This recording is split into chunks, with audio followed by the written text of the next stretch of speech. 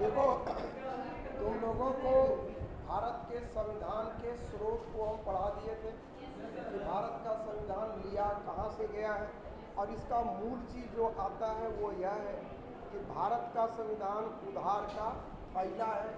ये मेंस में खूब पूछता है। तो ये जो भारतीय संविधान उधार का पहला है, इस लाइन को दिमाग में रख लेना कि इसका संदर्भ यही है कि भारत का जो संविधान लिखा गया वो ऐसा नहीं है कि बाबा साहब भीमराव अम्बेडकर बैठे, पेन पेपर निकाले और गर्दा उड़ा के लिखना शुरू किए। ऐसा बिल्कुल नहीं है। विश्व के विभिन्न राष्ट्रों के संविधान को वो पढ़े और जो कुछ भी भारतीय संस्कृति के अनुरूप लगा उसको उन्होंने अपने पक्ष में लिखा। यही कहाँ से क्या लिया, जैसे गणतंत्र बोले कहाँ से है, फ्रांस से। संसदीय प्रणाली कहाँ से है, ब्रिटेन से। तुम्हारा संघीय व्यवस्था कहाँ से है, तो अमेरिका से। शक्ति का बंटवारा कहाँ से है, तो कनाडा से। समवर्ती सूची कहाँ से है, तो ऑस्ट्रेलिया से। राज्य के नीति निदेशक तत्व का आयरलैंड। तो ये मोटे तौर पे तुमको यही बतला देना है कि 395 अनुच्छेद और 8 अनुसूची जो उस वक्त था, जानते हो भारत सरकार अधिनियम का 200 अनुच्छेद हूबहा ले लिया गया, बाकी विभिन्न राष्ट्रों से लिया गया। चलो, भारत का संविधान बन गया, बनकर तैयार हो गया। अब बारी आता है कि भारत को राज्यों में कैसे बांटा जाए। अच्छा, उद्देशिका प्रारंभ में संविधान का हिस्सा नहीं माना जाता था, लेकिन 1976 में इसमें संशोधन करके 3 वर्ड जोड़ा गया: अखंडता, धर्मनिरपेक्षता और समाजवाद। गर्दा उड़ा के पूछता है। 42वां संविधान संशोधन करके, अब संविधान में संशोधन किया, उद्देशिका में संशोधन किया। इसका साफ मतलब हो जाता है कि जो संविधान लिखा गया वो उद्देशिका अगर उसका पाठ नहीं होता तो फिर संशोधन की कोई ज़रूरत नहीं थी। अरे संविधान में संशोधन होता है ना भाई। तो इसका मतलब है कि ये तीनों चीज़ें, जो उद्देशिका भी पार्ट ऑफ कॉन्स्टिट्यूशन है। 1976 में इसमें संशोधन करके 3 वर्ड कौन कौन? समाजवाद, अखंडता और धर्मनिरपेक्षता। समाजवाद, अखंडता और धर्मनिरपेक्षता। समाजवाद, अखंडता और धर्मनिरपेक्षता, ये 3 शब्द जोड़ा गया 1976 में 42वां संशोधन करके। चलो जरा बैक चलो, बैक में क्या आ जाता है। आज़ाद हुआ देश, संविधान बन गया। अब था भारत को राज्यों में कैसे बांटा जाए। तो कोई कहा कि भाषा के आधार पर बांट दो, तो कोई कहा जनसंख्या के आधार पर बांटा जाए, कोई कहा क्षेत्रफल के आधार पर बांटा जाए। तो बतलाओ यार, रेगिस्तान उगिस्तान वाला एरिया में जितना किलोमीटर कहेगा उतना किलोमीटर एरिया में एक को आदमी नहीं रहता है, बिना आदमी एक राज्य हो जाएगा? हाँ या ना? जंगल वाला एरिया ले ले, सारा कुकुर बिलाई सब का एक स्टेट हो जाएगा। तो इसलिए कहा कि क्षेत्रफल के आधार पर राज्य का गठन नहीं किया जा सकता। अब दूसरा बेस आया जनसंख्या। मान लो कि 2 करोड़ या 3 करोड़ पर लेता है, तो पता चलेगा कि प्रॉपर बम्बई टाउन ही एक स्टेट हो गया, कलकत्ता प्रॉपर टाउनशिप ही एक स्टेट हो जाएगा।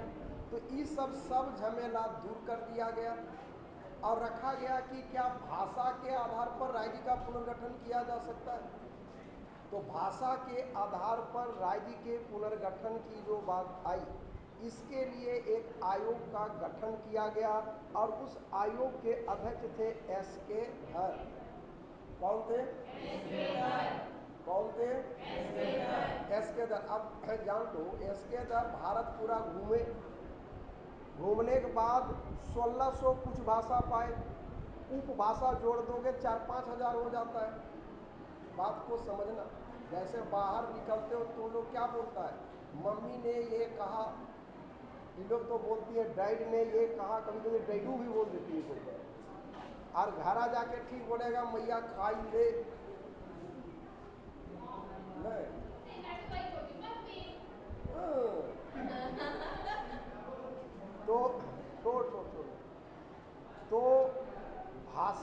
अलावा उपभाषा भी है। बात को समझोगे तो यहाँ पर अगर उपभाषा इस सब को देख लिया जाए तो इसकी तादाद बहुत हो जाएगा।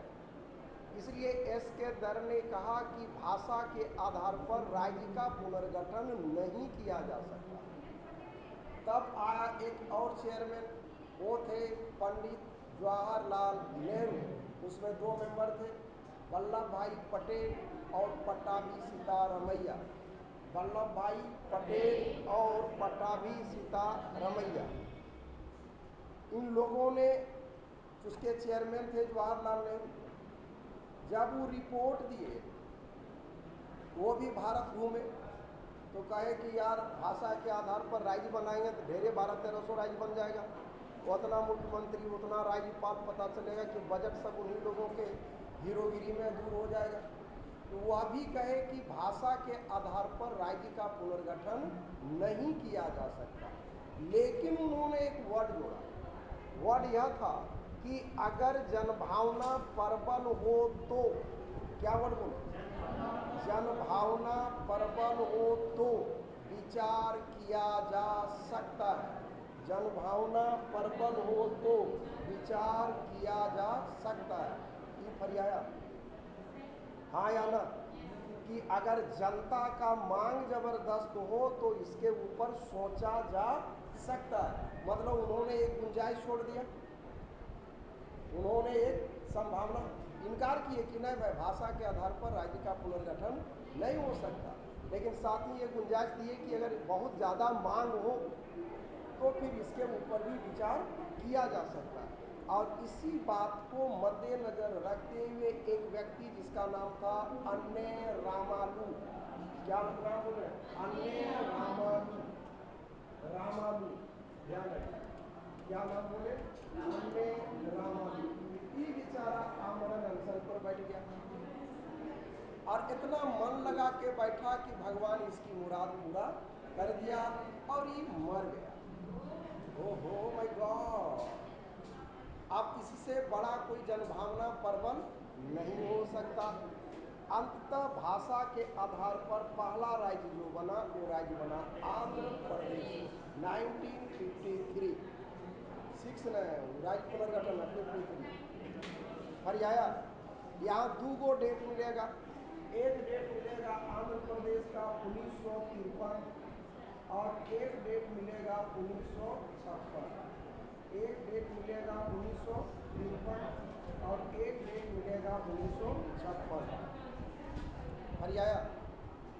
तो राज्य पुनर्गठन आयोग के आधार पर हो जाएगा 56, भाषाई आधार पर हो जाएगा 53। हरियाणा अन्य रामन। अंत में एक आयोग का गठन किया गया जो राज्य पुनर्गठन आयोग के नाम से जाना जाता है और उसी राज्य पुनर्गठन आयोग के आधार पर उसके चेयरमैन जो बने, अभी रखा बनाया गया फजल अली। किसको? फजल अली को। किसको? फजल अली। फजल अली, ध्यान रखिए, ये जो फजल अली बने और इन्होंने 16 राज्य के गठन की सिफारिश किया था, कैटेगरी वाइज ABCD करके। हरियाणा। तो राज्य पुनर्गठन आयोग के चेयरमैन कौन हो गए? फजल अली। सबसे पहले भाषा के आधार का चेयरमैन कौन थे? SK दर। कौन थे? SK दर। उसके बाद कौन आ गए? जवाहरलाल नेहरू। कुछ नहीं करना, उसमें तुम लोग एक कोड दिमाग में रखना और वो कोड है बीजेपी। बीजेपी वर्ड दिमाग में रख लेना, आंसर निकाल लो। जे बी से हो गया वल्लभ भाई पटेल, जे से जवाहरलाल नेहरू और पी से पट्टाभी सीतारमैया। जहाँ बीजेपी कोड बन जाएगा आंसर वही हो जाएगा। ये फरिया ध्यान रखना। इसी तरह से 1956 में फ्रांस के साथ समझौता गवर्नमेंट ने किया। फ्रांस, चूँकि जो पुदुचेरी देख रहे हो, पांडिचेरी, वो आज़ादी के समय उसके ऊपर फ्रांस का कब्जा था। 1956 में पांडिचेरी का जो जो जगह था, यमन, कारिकल और तुम्हारा क्या नाम है उसका, चंद्रनगर, इस सब को मिला करके एक केंद्र शासित प्रदेश का दर्जा दिया गया और उसका नाम रखा गया पुदुचेरी या पांडिचेरी। ई फरिया गया यहाँ तक, हाँ या ना। और राज्य के पुनर्गठन का कोई ऐसा सॉलिड बेस नहीं है, कोई ऐसा सशक्त आधार नहीं है, कोई क्या बोलते हो कैरेक्टेरिया नहीं है कि इसी के आधार पर या ये शर्तें होंगी जो इन शर्तों को पूरा करेगा वही राज्य का दर्जा पाएगा। ऐसा कोई बैकग्राउंड, ऐसा कोई बेस नहीं है। झारखंड बन गया यार 28वां राज्य, तुम जान रहे हो 26वां राज्य है कौन? छत्तीसगढ़। 27वां राज्य हो गया कौन? तो उत्तराखंड। 28वां राज्य हो गया झारखंड। 29वां राज्य हो गया था तेलंगाना। अब तो केंद्र शासित प्रदेश से का दर्जा दे दिया, राज्य घट के हो गया 28वां। क्रम चेंज हो जाएगा, लेकिन निर्माण का क्रम वही रहेगा। संख्या घट गया, संख्या घट गया, लेकिन जो क्रम है वो क्रम अपने अनुरूप उसी के जैसा ही रहेगा। उम्मीद है समझ में आ गया होगा। गोवा के ऊपर फ्रांस का कब्जा था पुर्तगाल का, उसको 1987 में राज्य का दर्जा दिया गया। इसके लिए बड़ी जदोजहद जल सेना, थल सेना, नौसेना तीनों से अटैक किया गया। गोवा की आम जनता गवर्नमेंट ऑफ इंडिया के साथ थी और अंततः ये भारत का हिस्सा हो गया और इस प्रकार एकीकृत भारत उभर कर सामने आ गया। उम्मीद है कि यहाँ तक समझ में आ गया होगा, हाँ या ना। तो ई आ गया, चलो ई पुनर्गठन हो गया। विलय वाला कड़ी तुम लोग ये भी जानता होगा कि सभी जो भारत को आज़ादी मिली थी उस वक्त यहाँ पर 542 रियासत था। ध्यान रखना, इस पर अलग अलग थॉट होता है, कहीं पर 542 लिखेगा, कोई किताब में 562 भी लिखेगा। बात समझ में आ रहा है? रियासत मतलब हुआ वह भूभाग जिसके ऊपर राजाओं की सत्ता, दैट इज रियासत। राजा होगा तभी उसका रियासत होगा। आज़ादी भारत को नहीं मिली, आज़ादी ब्रिटिश भारत को मिला, मतलब वह भारत जिसके ऊपर अंग्रेजों का कब्जा था।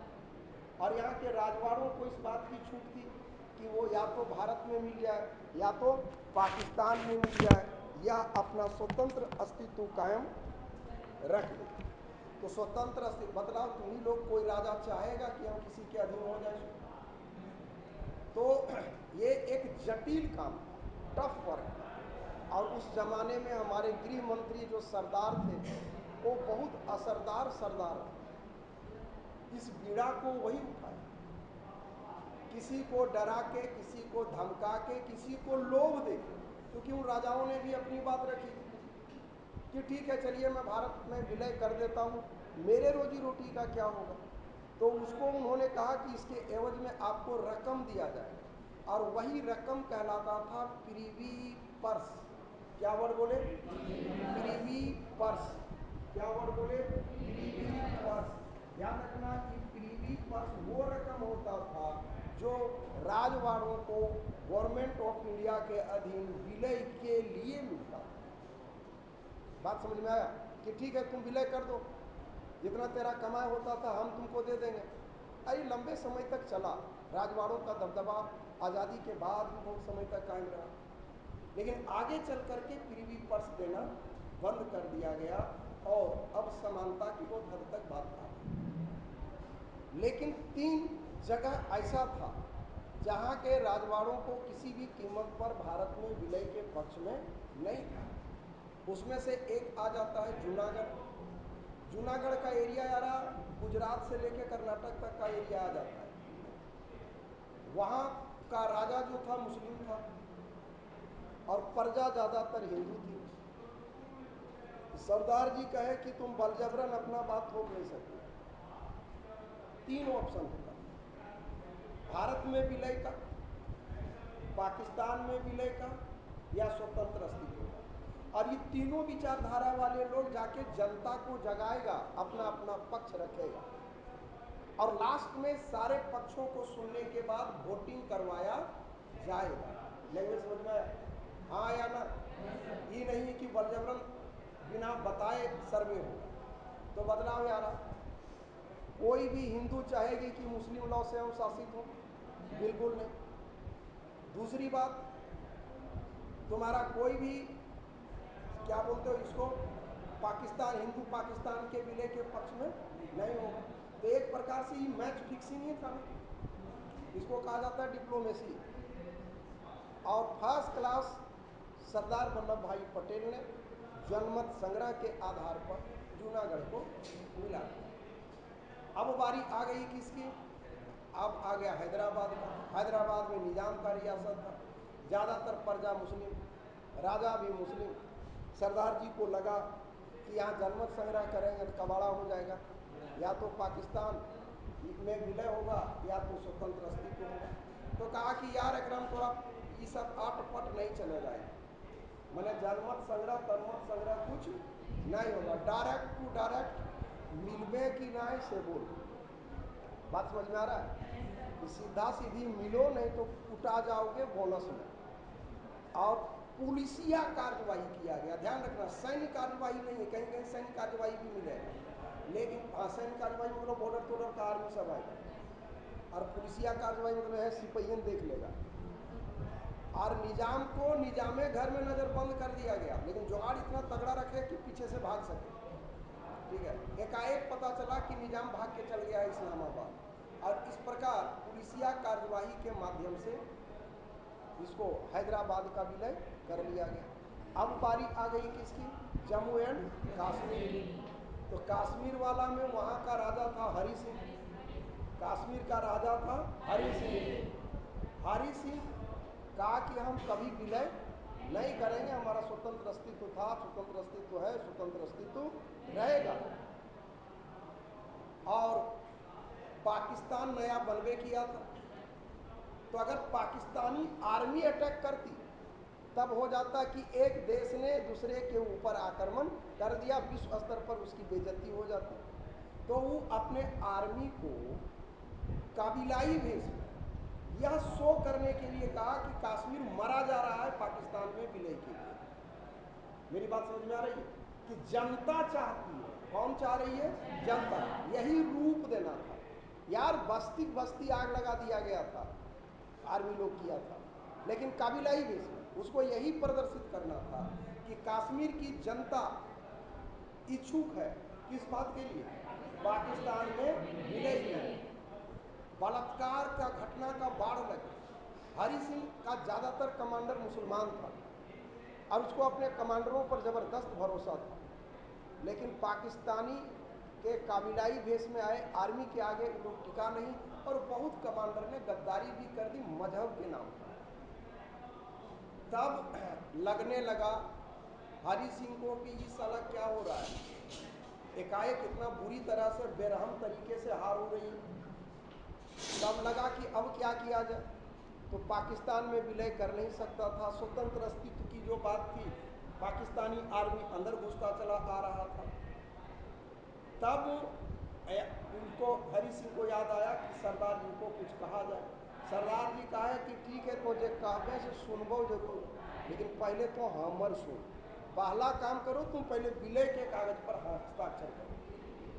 हरि सिंह भी मान मनोबल किया कि हमारी भी कुछ बातें रखी जाए, तो उसी में जोड़ा गया धारा 370। लेकिन ये कह के जोड़ा गया कि जब तक जम्मू और कश्मीर की स्थिति सामान्य नहीं हो जाती तब तक यहाँ पर धारा 370 लागू रहेगा।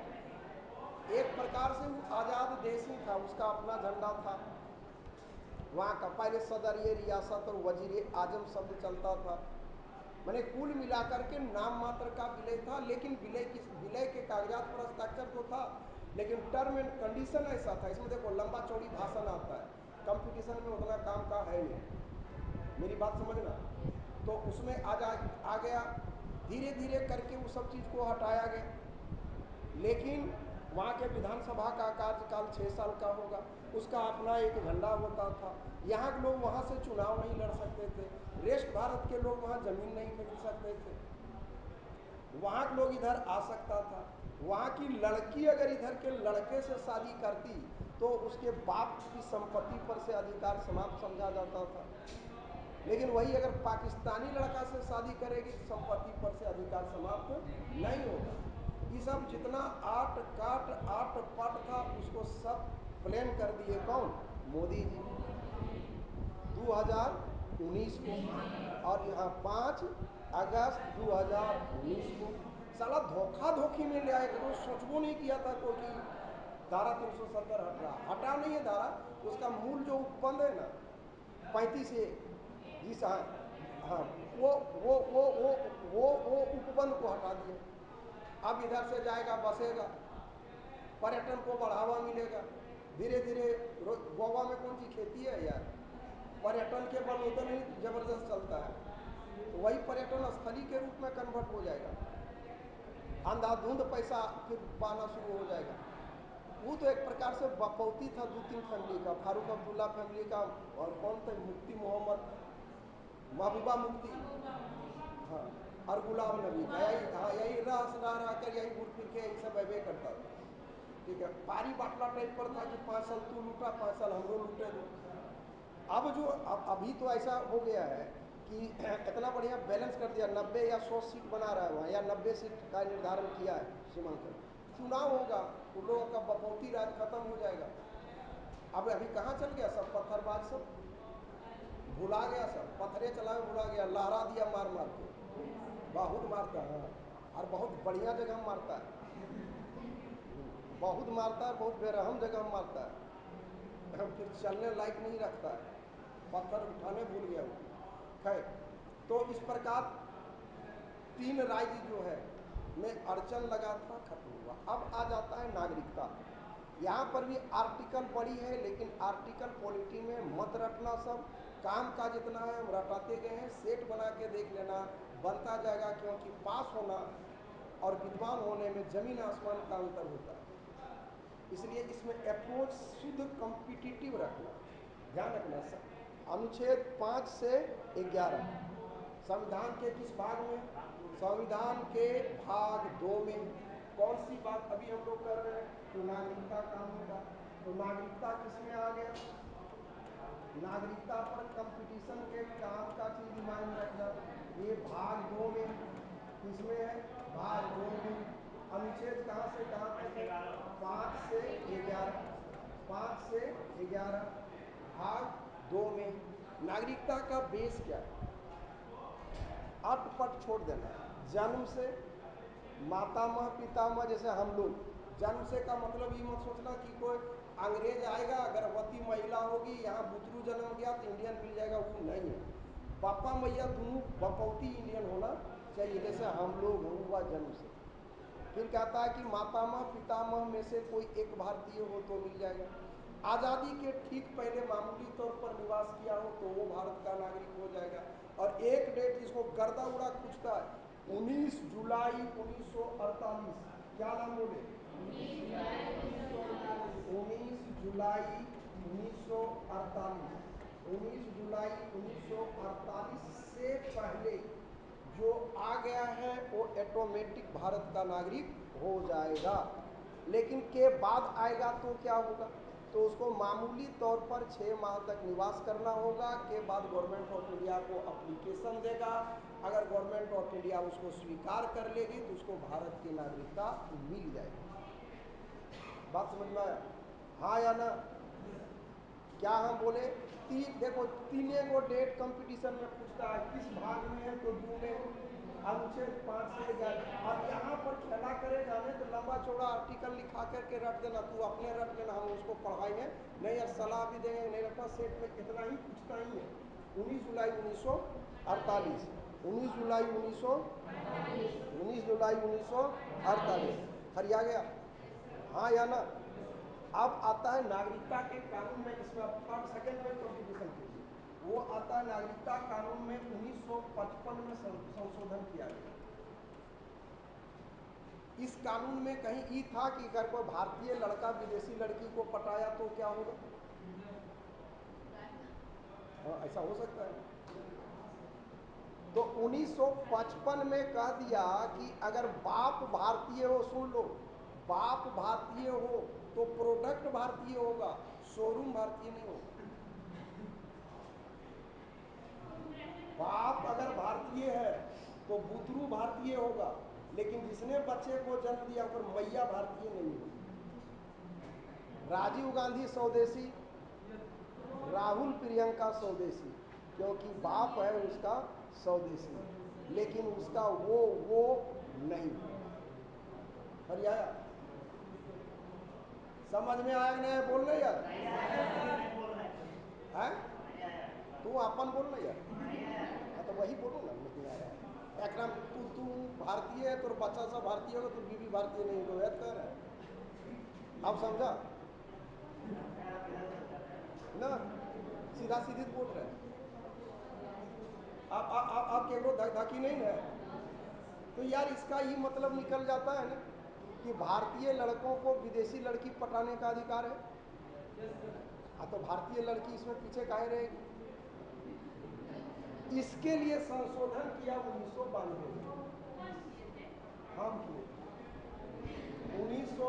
तो काहे इतना लंबा चौड़ा रटेगा रे? 55 में हो गया कि बप्पा भारतीय तो बुतरू भारतीय और माँ भारतीय नहीं। 92 में हो गया कि अगर माँ भारतीय है तो बच्चा भारतीय होगा, लेकिन उसका वो भारतीय नहीं होगा। हिसाब किताब बराबर होगा। सानिया मिर्जा का नाम सुना होगा, बहुत भारी धोखा दिए देश के साथ। चला इतना बड़ा आबादी में यहाँ लड़का नहीं मिला।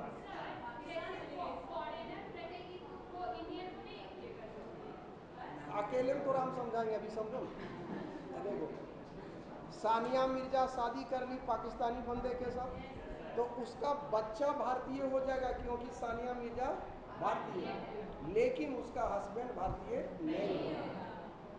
बात समझ में आ गया?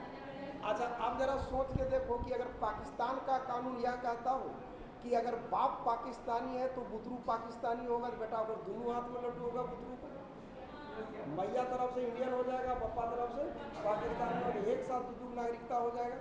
भारत में एक हरी नागरिकता है। हाँ यहाँ जीरो गुना हो जाएगा। भारत में एक हरी नागरिकता है। बात समझ में आया? अगर किसी दूसरे राष्ट्र की नागरिकता स्वीकार करते हो तो ऑटोमेटिक भारत की नागरिकता क्या हो जाएगी? समाप्त हो जाएगा। फरिया गया? हाँ या ना? देखो नागरिकता कानून उसके बाद अभी जो आया है वो आया है PIO। क्या बोले हैं? PIO। ये जो PIO है, पीपुल ऑफ इंडियन ओरिजिन।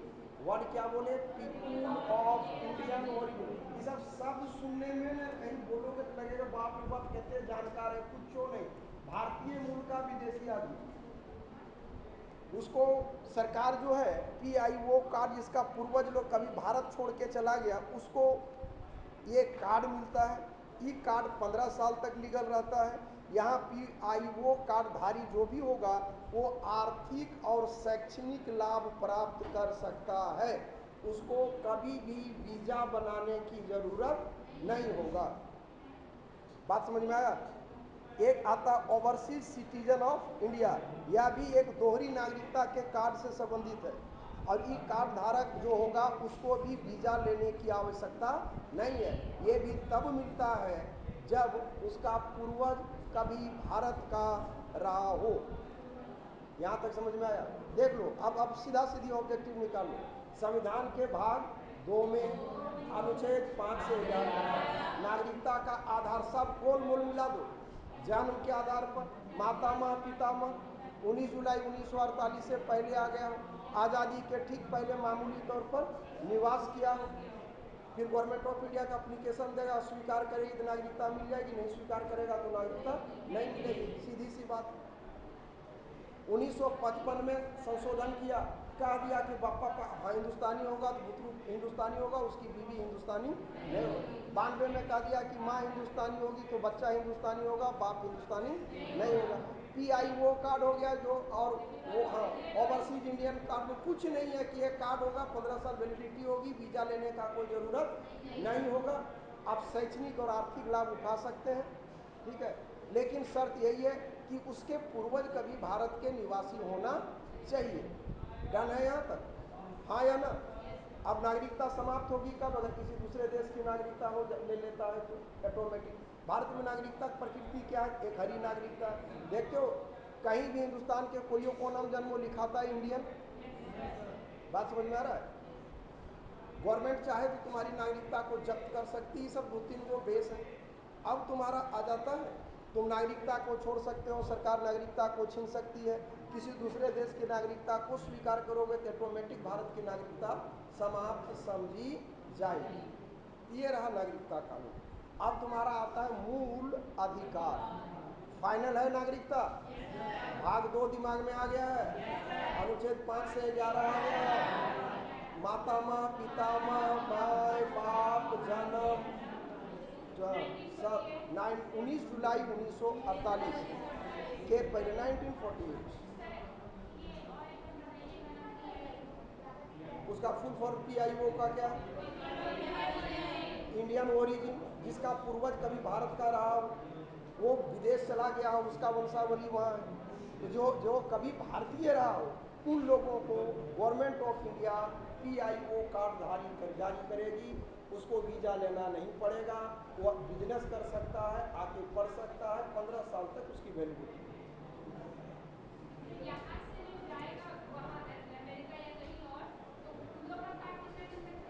वो सरकार जितना दिन का वीज़ा तुमको दी, वहाँ का गवर्नमेंट। और वहाँ से फिर अगर हमको फिर इंडिया आना 5 साल में या 10 साल, हाँ, तो फिर वो कैंसिल करके अपने आप यहाँ कैंसिल करें तुम्हारा वैलिडिटी, तुम आओ जाओ ना, जब जितना बार आना जाना, ऐसा नहीं, थोड़े। हम ऐसा नहीं फिर इंडिया आ जाए, हाँ तो आ जाओ। तो वहाँ का कैंसिल हो जाएगा। कौन सी? वहाँ का जो समयावधि है उस समयावधि तक वैलिड है, उसके बाद ऑटोमेटिक समाप्त हो जाएगा। और फिर यहाँ आके बनवा तुम यहाँ आके मर जाओ, कोई लेना देना नहीं है। तुम्हारा 5 साल का है, तुम वहाँ रह सकती हो, नहीं मन है वहाँ रहने तो इंडिया आ रहो। वही तुम कह रहे हो, तुमको इजाजत है। अब तो औकाते नहीं रहे, कहाँ से रहेगी? औकात नहीं है, अभी जो पूछे उसका तो जवाब दे दो। मिल गया।